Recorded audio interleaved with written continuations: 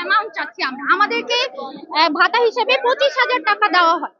তো 25,000 টাকা আমরা মান্থলিও পাই না, আমরা 6 মাস পর পর এই অ্যামাউন্টটা যতটুকু আসে সেটা পাই। কিন্তু এই 25,000 টাকা দিয়ে আজকের দিনে ঢাকা শহর কেন, পেরিফেরিতেও তো চলা সম্ভব না।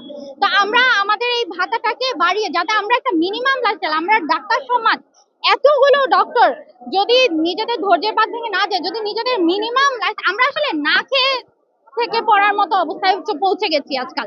মানে আসলে সম্ভব না এভাবে জীবনযাপন করা। জি, আমি বলবো কিছুটা তো অবশ্যই ব্যাহত হচ্ছে, কারণ আমরা যারা নন গভর্নমেন্ট ট্রেনিং আছি, আমরা কিন্তু গভর্নমেন্ট ডক্টরের চেয়ে কম সার্ভিস দেই, বরং অনেকাংশে আমাদের সার্ভিসটা বেশিই থাকে। আমরাই দেখা যায় ইউনিট গুলো ইয়াগুলাতে স্যারদেরকে, আবার যারা গভর্নমেন্ট ডক্টর আছে তাদেরকে সাপোর্ট করে থাকি। নাগরিক হিসেবে ব্যাহত হচ্ছে, কিন্তু আসলে হসপিটাল বন্ধ নেই, অবশ্যই ক্রিটিক্যাল যে এমার্জেন্সি সার্ভিস গুলো তো রোগীরা পাচ্ছে, কিন্তু সর্বোপরি তো অবশ্যই সারা বাংলাদেশ থেকে যেহেতু ডক্টররা এসেছে ব্যাহত হচ্ছে। কিন্তু আমাদের উদ্দেশ্য কিন্তু জনমানবের ভোগান্তি না। এই যে রাজপথ বন্ধ করে, এগুলো আমরা একদিনে আসিনি বা 1 ঘন্টার নির্দেশনা আমরা চলে আসিনি যে রাজপথ বন্ধ করে ফেললাম, আমাদের দাবি মেনে নেবে। আমরা কিন্তু অনেক অর্গানাইজ ভাবে এগিয়েছি।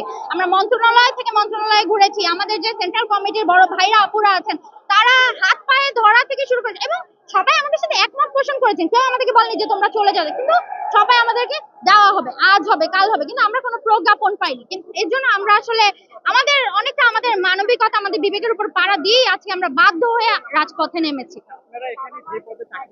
জি, অনেক বেশি পায়।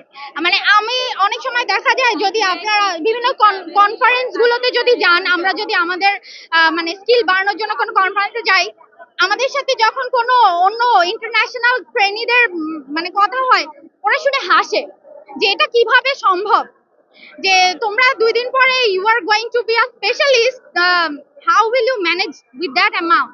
তারা কিন্তু মানে আসলে আমাদেরকে একটা জোক হিসেবে না। আর এটা চিন্তা করেন, আমাদের রোগীরাই বা আমাদেরকে কি মনে করবে যে এটুকু ডাক্তার টাকা দিয়ে আমরা এরকম ডাক্তার পাচ্ছি, তার মানে ডাক্তার আমাদেরকে মনে হয়, আমরা যারা বড় বড় স্যারদেরকে অ্যামাউন্ট দিচ্ছি তার মানে আমরা মনে হয় কিছু জানি না। আমি ডক্টর আতিফা রুহানি, আমি সরওয়ার্দী মেডিকেল কলেজে এফসিপিএস পার্ট 2 ট্রেনিতে আছি, ট্রেনি হিসেবে আছি।